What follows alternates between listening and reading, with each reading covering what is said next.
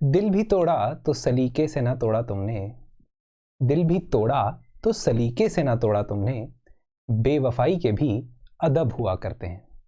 स्वागत है आपका दोस्तों आज के फ्यू मिनट सेशन में, जहां हम नीतीश कुमार जी के बारे में कुछ बात कर रहे हैं।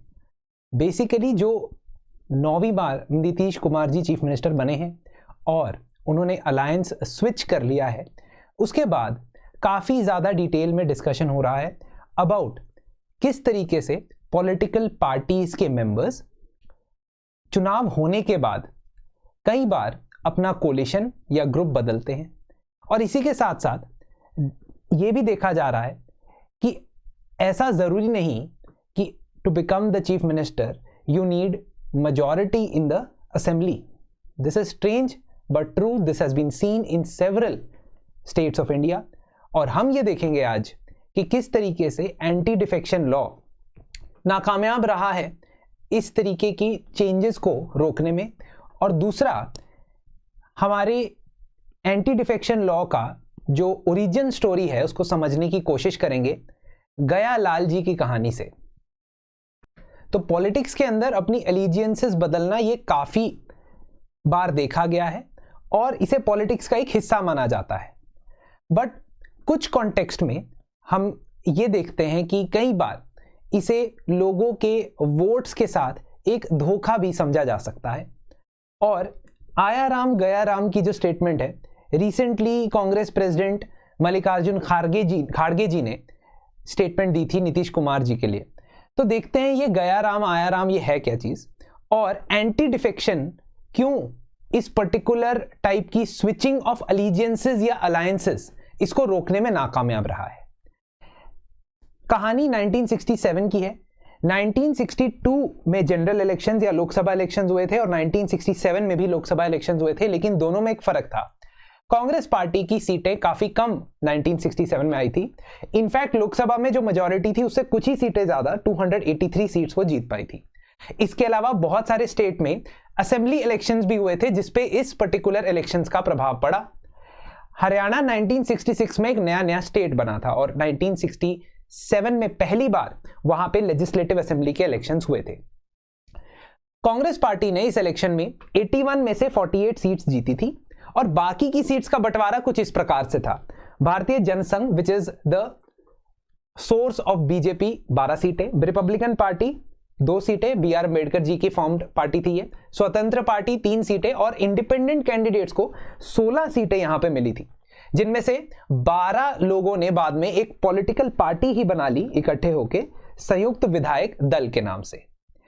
अब जब कांग्रेस को मेजॉरिटी मिलती है तो जाहिर सी बात है कांग्रेस की तरफ से चीफ मिनिस्टर शपथ लेने वाले हैं, ठीक है। तो चीफ मिनिस्टर भगवत दयाल शर्मा जी शपथ लेते हैं और शपथ लेने के कुछ ही समय बाद 12 कांग्रेस के एमएलए जो हैं वो पार्टी बदल लेते हैं और रिजाइन कर देते हैं। इसके बाद उनकी सरकार गिर जाती है और आते हैं राव बीरेंद्र जी।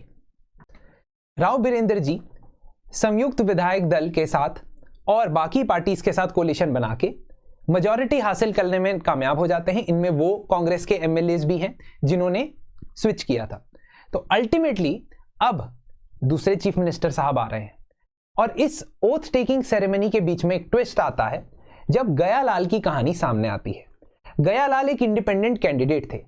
इंडिपेंडेंट कैंडिडेट के तौर पे वो इलेक्शन जीते और एमएलए बने और जीतने के बाद उन्होंने कांग्रेस ज्वाइन कर ली, कांग्रेस पार्टी ज्वाइन कर ली, ये देखते हुए कि कांग्रेस की मेजॉरिटी आई थी, कांग्रेस की तो 48 सीटें हैं, इनकी सरकार बनेगी, मजे ही मजे। पर जब ये पता लगता है कि कांग्रेस जो है वो धराशाही होने वाली है और धराशाही हो जाती है, तो वो कांग्रेस से स्विच करते हैं और संयुक्त विधायक दल ज्वाइन कर लेते हैं। संयुक्त विधायक दल ज्वाइन करने के बाद भी अनसर्टेनिटी बनी रहती है कि क्या इनके पास मेजॉरिटी आएगी या नहीं। उतनी देर में कांग्रेस में इन्हें दोबारा बुला लिया जाता है, दोबारा कांग्रेस ज्वाइन कर लेते हैं और शाम होते होते दोबारा ये संयुक्त विधायक दल ज्वाइन कर लेते हैं। जिसके बाद राव बीरेंद्र सिंह जी कहते हैं कि अब गया राम आया राम हो चुका है। तो ये चीज जो है इन्होंने एक ही दिन में की, ठीक है। 9 घंटे के आसपास के अंदर 3 बार इन्होंने स्विच मार दिया। तो ये देखते हुए, और अगर आप ऑब्जर्व करोगे डेटा का, ठीक है, अगर आप ऑब्जर्व करोगे डेटा आफ्टर 1968 और किस 67 और 68 के बीच में कितनी डिफेक्शन हुई, तो आप ये देखोगे कि 1951 से लेके 1967 के बीच में 542 एमएलएज ने अपना पॉलिटिकल एलिजियंस चेंज किया था, जबकि फरवरी 1967 और मार्च 1968 यानी कि एक साल के अंदर अंदर within 1 year there were 438 defections. What was the reason? The reason was political. Now it was a number of parties that were up and coming and were challenging the Congress, and that is the reason why there was uncertainty. और uncertainty के अंदर जो है politics में trust shift हो जाता है. अब आप कहोगे कि मैं नीतीश कुमार जी के बारे में ये सब बातें क्यों कर रहा हूं, क्योंकि उन्होंने पार्टी से तो इस्तीफा नहीं दिया है, ना ही उन्होंने पार्टी के खिलाफ कोई एक्टिविटी की है. पर फिर भी जब हम बात करते हैं अपनी अलीजियंसेस चेंज करने का और जीतने के बाद कोलिशंस के बार बार बदलने का, तो शायद हम एंटी डिफेक्शन लॉ की कुछ खामियां, कुछ कमियां समझ सकते हैं. So there are some issues with anti defection law. अब एंटी डिफेक्शन लॉ है क्या? जैसा कि आपको शायद पता ही होगा, 52nd constitutional amendment act of 1985 से ये गयालाल जी के केस जो हुआ है और जो ये नंबर ऑफ डिफेक्शंस आपको 438 नजर आ रहे हैं, उस पे लगाम लगाने के लिए संविधान में 10th शेड्यूल ऐड किया गया. 10th शेड्यूल में यह लिख दिया गया कि जो व्यक्ति किसी पॉलिटिकल पार्टी के उम्मीदवार के तौर पे चुना गया है, जो व्यक्ति किसी पॉलिटिकल पार्टी के कैंडिडेट के तौर पे चुना गया है, इलेक्शन होने के बाद अगर वो सीट जीत जाता है, चाहे वो मेंबर ऑफ पार्लियामेंट है, चाहे वो एमएलए है, वो अपनी पार्टी से रिजाइन नहीं कर सकता. अगर वो रिजाइन करे, इफ ही रिजाइंस और she resigns, then they can be disqualified under anti defection law. मतलब MP MLA की पोजीशन से वो डिस्क्वालीफाई हो सकते हैं. इसके अलावा voluntarily gives up membership of the party, ऐसा शब्द लिखा गया है, या ये लिखा गया है कि अगर पार्टी के निर्देश अनुसार वो पार्लियामेंट में या असेंबली में वोट नहीं दे पाते हैं या एक्ट नहीं करते हैं, तो भी उनके खिलाफ एंटी डिफेक्शन हो सकता है. इसके अलावा एंटी डिफेक्शन लॉ में इंडिपेंडेंट कैंडिडेट्स के बारे में यह लिखा गया है कि वो कभी कोई पार्टी नहीं ज्वाइन कर सकते अगर वो एमपी एमएलए बन गए. और स्ट्रेंजली इनफ नॉमिनेटेड कैंडिडेट्स के बारे में यह लिखा गया है कि नॉमिनेट होने के 6 मंथ्स के अंदर अंदर अगर वो किसी पॉलिटिकल पार्टी को ज्वाइन कर लेते हैं तब वो डिस्क्वालीफाई नहीं होंगे. अदरवाइज 6 मंथ्स के बाद अगर वो किसी पॉलिटिकल पार्टी को ज्वाइन करते हैं तो वो डिस्क्वालीफाई होंगे. अब एंटी डिफेक्शन लॉ में कुछ परेशानियां हैं, और परेशानियां क्या हैं? नंबर 1, एंटी डिफेक्शन लॉ में होलसेल डिफेक्शन अलाउड है. ये रिटेल की दुकान है, होलसेल की दुकान है.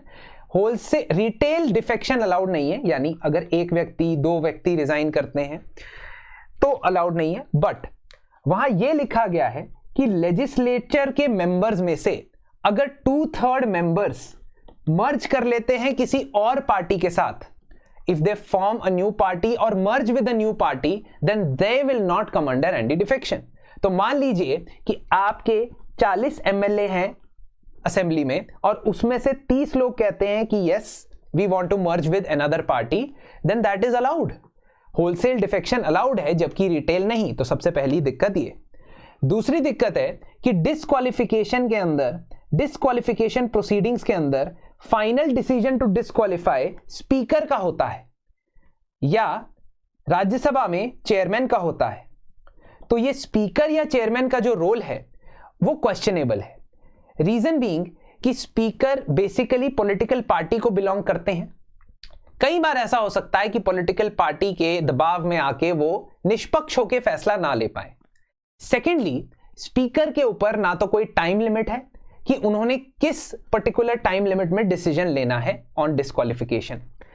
तो दूसरी प्रॉब्लम ये नजर आती है. तीसरी प्रॉब्लम, एक कोलिशन को सिंगल पार्टी नहीं माना जाता, एंड यही प्रॉब्लम नीतीश कुमार एक्सप्लॉइट भी कर चुके हैं. और सिर्फ यही नहीं, बहुत सारे लीडर्स ऐसे हैं. It is not him that has done this. Political system ही कुछ इस प्रकार का है कि आप अगर कोलिशन बनाते हो, अगर उस कोलिशन को छोड़ देते हो तब आपके डिफेक्शन के अंदर नहीं काउंट किया जाएगा. हाँ, अगर आप पार्टी को छोड़ते हैं, पार्टी से रिजाइन करते हैं, तब आपके खिलाफ कार्रवाई हो सकती है. फोर्थ प्रॉब्लम इज दैट अगर आप अपनी सीट से रिजाइन करते हैं, मतलब अगर एज एन एमपी और एमएलए आप रिजाइन करते हैं, तब आपके ऊपर तो कोई एक्शन नहीं लिया जा सकता. आप अपनी सीट से रिजाइन करें, उसके बाद पार्टी चेंज कर ले और बाई इलेक्शन लड़ ले, विच is the fifth problem. Fifth problem, by election लड़ने से कोई रोक नहीं।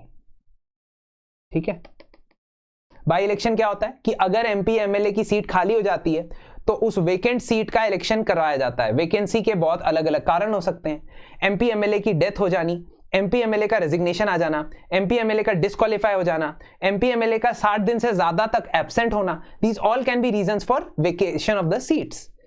और बाई इलेक्शन के अंदर आपको लड़ने से कोई नहीं रोकता है अगर आप पार्टी सीट से रिजाइन भी करते हो। इवन इफ अगर आप डिस्क्वालीफाई भी हो जाते हो, तो मान लीजिए आपके खिलाफ एंटी डिफेक्शन प्रोसीडिंग्स चली और आपको स्पीकर ने डिस्क्वालीफाई कर दिया और आप एमपी के तौर पे डिस्क्वालीफाई हो गए, तो भी अगला इलेक्शन लड़ने से या बाई इलेक्शन लड़ने से आपको कोई नहीं रोक सकता। No one can stop you from fighting the by-election and Supreme Court has interpreted this law like that only. तो इसका मतलब कि कहीं ना कहीं लूप होल्स नजर आ रहे हैं। मैंने आपको बताया था मैं आपको 5 डिफेक्ट्स बताऊंगा, मैं और डिफेक्ट्स बताता हूं।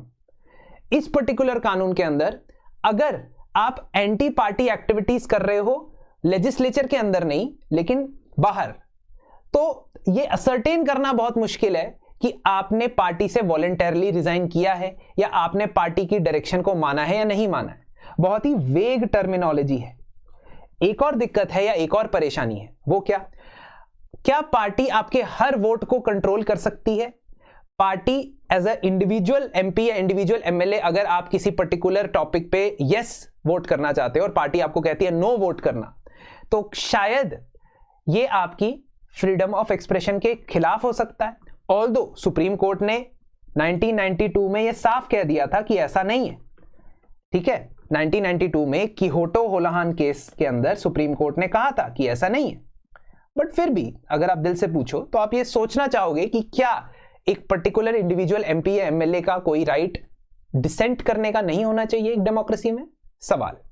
मैं आपको सिर्फ सवालों के साथ नहीं छोड़ के जाऊंगा, कुछ रिकमेंडेशंस भी बताऊंगा, डरिए मत। लेकिन उससे पहले एक रिमाइंडर देता हूं कि संभव 2.0 हमारा यूपीएससी प्रीलिम्स का क्रैश कोर्स का लास्ट बैच स्टार्ट हो चुका है, जिसमें 4 महीने के अंदर अंदर आपको प्रीलिम्स के लिए तैयार करवाया जाएगा 10+ इयर्स के पीवाईक्यूज के साथ, लाइव क्लासेस के साथ और 3000 से ज्यादा भी प्रैक्टिस क्वेश्चंस के साथ।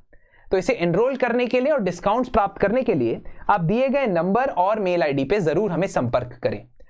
अब इस चीज को ठीक करने के लिए कई कमीशंस बैठी, कई कमेटियां आई, सुप्रीम कोर्ट की जजमेंटें आई और उन्होंने कुछ कुछ रिकमेंडेशंस दी। चलिए देखते हैं क्या है वो रिकमेंडेशन।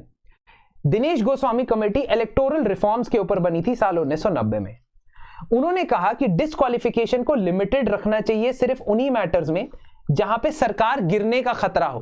तो ये इंडिविजुअल एमपी या एमएलए की फ्रीडम की बात करते हैं कि नो कॉन्फिडेंस मोशन में अगर वोटिंग करवानी हो सिर्फ वहीं पे डिफेक्शन, एंटी डिफेक्शन अप्लाई होना चाहिए।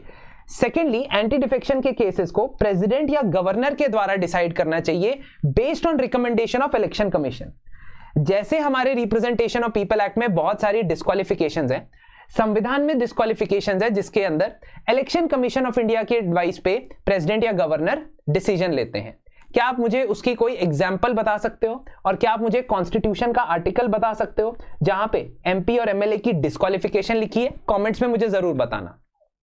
इसके अलावा सुप्रीम कोर्ट ने 2020 में पहली बार भारत के इतिहास में खुद एक एमएलए को डिस्क्वालीफाई किया एंटी डिफेक्शन के अंदर। क्यों? क्योंकि स्पीकर डिसीजन ले ही नहीं रहे थे 3.5 साल से।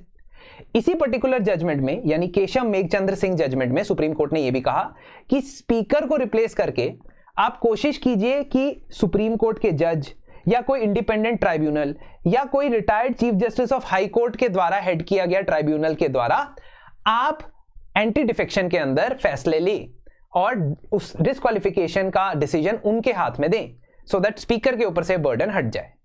इसके अलावा लॉ कमीशन ऑफ इंडिया ने अपनी 170th रिपोर्ट में 2 रिकमेंडेशंस इंपॉर्टेंट दी। एक कि ये स्प्लिट और मर्जर्स वाला जो डिस्क्वालिफिकेशन आपने रोका हुआ, यानी 2/3 मेंबर्स अगर मर्ज करते हैं दूसरी पार्टी को तो अलाउ होना चाहिए, that should also be changed. कोई भी अपनी पार्टी से रिजाइन करता है तो डिस्क्वालीफाई हो जाए।